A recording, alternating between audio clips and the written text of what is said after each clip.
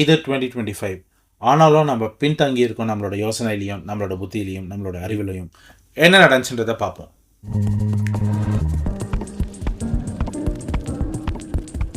Hello passengers, welcome to Tony express. இன்றைக்கி நம்ம பார்க்க போகிறது கேரளா ஸ்டூடெண்ட்ஸ்க்கு நடந்த ஒரு அநியாயம். ராகிங்கிற பேரில் அவங்க 6 ஃபஸ்ட் இயர் ஸ்டூடெண்ட்ஸ்க்கு நடந்த ஒரு அவலம் தான். அதை பற்றி தான் நம்ம பேச போகிறோம்.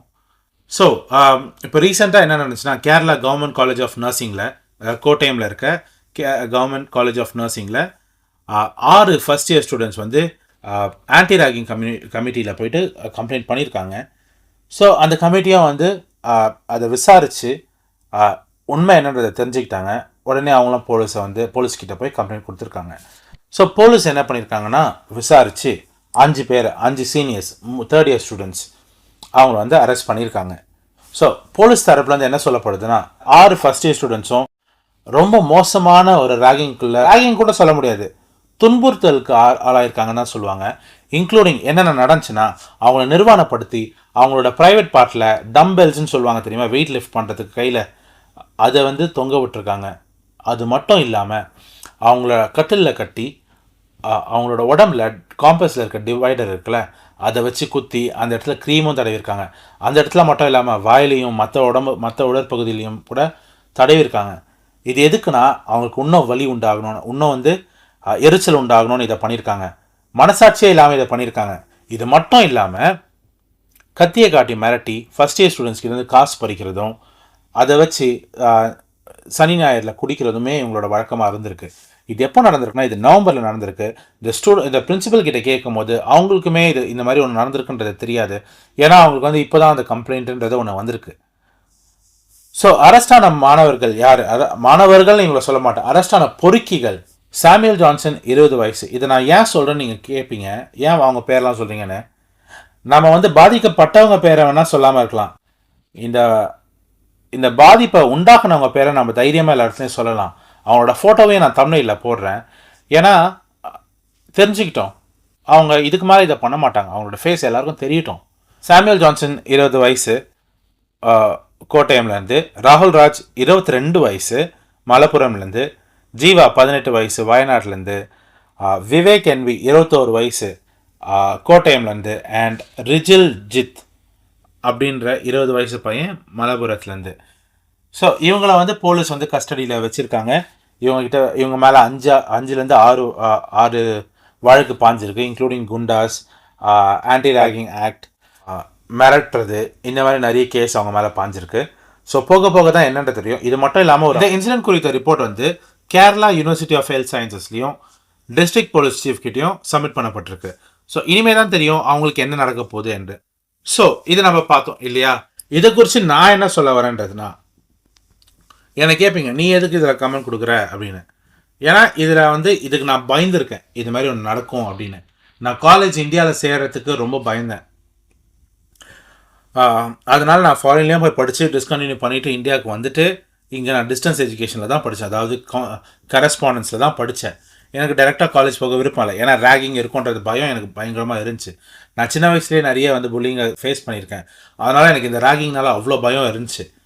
ஸோ இப்போ நான் இந்த இடத்துல இருந்திருந்தேன்னா, இந்த 6 ஃபஸ்ட் இயர் ஸ்டூடெண்ட்ஸ் இடத்துல நான் இருந்திருந்தேன்னா, நான் என்ன பண்ணியிருப்பேன்னா, இந்த ரேகிங்னு ஒன்று கேட்ட உடனே ஒன்று அவங்கள எதிர்த்து நின்று இருப்பேன், இல்லை காலேஜில் போய் கம்ப்ளைண்ட் கொடுத்துருப்பேன். காலேஜுன்னு இல்லைங்க, இப்போ பார்க்குற ஸ்டூடெண்ட்ஸோ பேரண்ட்ஸோ தயவு செஞ்சு இதை கேளுங்க. பேரண்ட்ஸ் உங்கள் பசங்க கிட்ட பேசுங்க, இந்த மாதிரி ஏதாவது இருக்கான்னு. ஸ்டூடெண்ட்ஸ் இந்த மாதிரி ஒன்று நடந்துச்சுன்னா உங்கள் பேரண்ட்ஸ் கிட்ட கம்ப்ளைண்ட் கொடுங்க. பேரண்ட்ஸ்னு இல்லை, காலேஜில் கம்ப்ளைண்ட் கொடுக்கலாம். காலேஜில் உங்கள் ப்ரொஃபஸர்ஸ் இருக்காங்க, பிரின்சிபல், வைஸ் பிரின்சிபல் எவ்வளோ பேர் இருக்காங்க, ஹெட் ஆஃபீஸர்ஸ் நிறைய பேர் இருக்காங்க, அவங்கக்கிட்ட கம்ப்ளைண்ட் கொடுக்கலாம். அப்படி இல்லையா, இது வந்து காலேஜில் மட்டும் இது அகேன்ஸ்ட் இல்லைங்க, நம்ம நாட்டோட சட்டத்துக்கே இது வந்து புறம்பான ஒரு விஷயம் தான். அதனால நீங்கள் தைரியமாக போலீஸ்கிட்ட கூட போய் கம்ப்ளைண்ட் கொடுக்கலாம். அவங்க அதெல்லாம் பார்த்துப்பாங்க, உங்கள் பேரண்ட்ஸே அதை பார்த்துப்பாங்க. தயவு செஞ்சு ஓப்பனாக பார்க்குங்க. அண்ட் ராகிங்னு ஏதாவது கேள்விப்பட்டால் இம்மீடியட்டாக அதுக்கு அகேன்ஸ்டாக எதிர்த்து நில்லுங்க. ஏன்னா நீங்கள் குனிய அவங்க கொட்டிக்கிட்டு தான் இருப்பாங்க. இதை வளர விடாதீங்க, முளையிலேயே கிளி விடுங்க. இல்லைனா இந்த 6 ஸ்டூடெண்ட்ஸ்க்கு நடந்தது தான் அடுத்தது நம்ம தமிழ்நாட்டிலையும் சரி, வேறு எந்த ஸ்டேட்லேயும் சரி இது நடக்க நிறைய வாய்ப்பு இருக்குது. இம்மீடியட்டாக இதுக்கு ஆக்ஷன் எடுங்க. புல்லிங், ரேகிங், மற்ற நிறைய குற்றத்துக்கு தயவு செஞ்சு எதிர்த்து நில்லுங்க. யாராக இருந்தாலும் பரவாயில்ல, போய் கம்ப்ளைண்ட் கொடுங்க, அது அதுக்கப்புறம் பார்த்துக்கலாம். எதுக்குமே பயப்பட வேண்டிய அவசியம் இல்லை. உங்கள் பக்கம் நியாயம் இருக்குன்னா தயவு செஞ்சு போய் கம்ப்ளைண்ட் கொடுங்க. என்ன பண்ணியிருக்காங்கன்னா, அந்த க்ரூயல் ஆக்டிவிட்டீஸ் வந்து வீடியோவும் எடுத்திருக்காங்க. இந்த வீடியோஸ் வைரலாகவும் போயிட்டுருக்கு. அதை நான் என் சேனலில் போட விரும்பல. பட் நீங்கள் ஆன்லைனில் பார்த்தாலும் அது பார்க்கக்கூட முடியாது. அந்த அளவுக்கு ஒரு கொடூரமான ஒரு விஷயம். அதை பார்க்காதீங்க தயவு செஞ்சு. அண்ட் இதை பற்றி இன்னும் பெருசாக பேசப்படணுன்றேன். இதுக்கான ஸ்ட்ரிக்ட் லாஸ் கண்டிப்பாக வரணும். காலேஜில் மட்டும் இல்லை, நம்ம ஸ்டேட்லேயும் நம்மளோட கண்ட்ரிலையுமே. நம்ம இந்தியன், தமிழன், எந்த ஸ்டேட்டாக இருந்தாலும் நம்ம இந்தியன் சொல்கிறதுக்கே இது வந்து கொஞ்சம் வெட்கப்பட வேண்டிய விஷயமா இருக்குது. ஃபாரின்லலாம் புல்லிங் இருக்குது தான், இல்லைன்னு நான் சொல்ல மாட்டேன். ஆனால் இந்த எக்ஸ்ட்ரீம் தேவையா? உங்களுக்கு பணம் வேணுமா? எனக்கு புரியல. சீனியர்ஸ் நீங்கள் இருந்தீங்கன்னா ஜூனியர்ஸ் வந்து உங்கள் தம்பி தங்கச்சிங்களா பாருங்களேன். இந்த அளவுக்கு ரேகிங் பண்ண வேண்டிய அவசியம் என்ன? உங்களுக்கு பணம் வேணுமா? உங்கள் வீட்டில் போய் பேசுங்க. நீங்கள் போய் வேலை செய்யுங்க. கை கால் நல்லா தானே இருக்குது. உங்களை படிக்க வச்சுருக்காங்க வீட்டில், பொறுக்கித்தனம் செய்கிறதுக்கு இல்லை. திருந்துங்க தயவு செஞ்சு. ஸ்டூடெண்ட்ஸ் தயவு செஞ்சு இதை உங்களோட ஃப்ரெண்ட்ஸ் கிட்ட ஷேர் பண்ணுங்கள். இந்த மாதிரி ரேகிங்னா அதுக்கு அகேன்ஸ்டாக நில்லுங்க. திருப்பி நான் அதுதான் சொல்கிறேன். உங்கள் ஃப்ரெண்ட்ஸ் கிட்ட ஷேர், இந்த வீடியோவே ஷேர் பண்ணுங்கள், என்ன நடந்துச்சுறது தெரியட்டும். ஏன்னா மீடியாவிலலாம் தான் ஃபுல்லாக சொல்ல மாட்டாங்க இல்லையா. நிறைய நானே வந்து இதை வந்து சோஷியல் மீடியாவில் தான் பார்த்தேன். இது நான் நியூஸில் பார்க்கல. மேபி சொல்லியிருக்கலாம், நான் மிஸ் பண்ணியிருக்கலாம். ஸோ இந்த மாதிரி நான் மிஸ் பண்ண மாதிரி நிறைய பேர் மிஸ் பண்ணக்கூடாது. அதனால் இந்த மாதிரி விஷயத்தை நீங்கள் ஷேர் பண்ணுறதுனா மூலமாக நிறைய பேருக்கு இது ஒரு அவேர்னஸாக இருக்கட்டும். ஒரு தயவு செஞ்சு prevention is better then cure இல்லையா. இப்போ அந்த அடிப்பட்ட இடம்லாம் கண்டிப்பாக வந்து அவங்களுக்கு காயம், ஒரு ஸ்கார் கண்டிப்பாக இருக்க தான் செய்யும். அதை மறைக்க முடியாது இல்லையா. அதை ஸ்டார்ட் பண்ணுறதுக்கு முன்னாடியே அதை அழிச்சிடுங்கன்னு தான் நான் சொல்வேன். Like, comment, share and subscribe. Hit the notification bell. மீண்டும் இன்னொரு வீடியோவில் பயணிப்போம். நன்றி, வணக்கம், பை.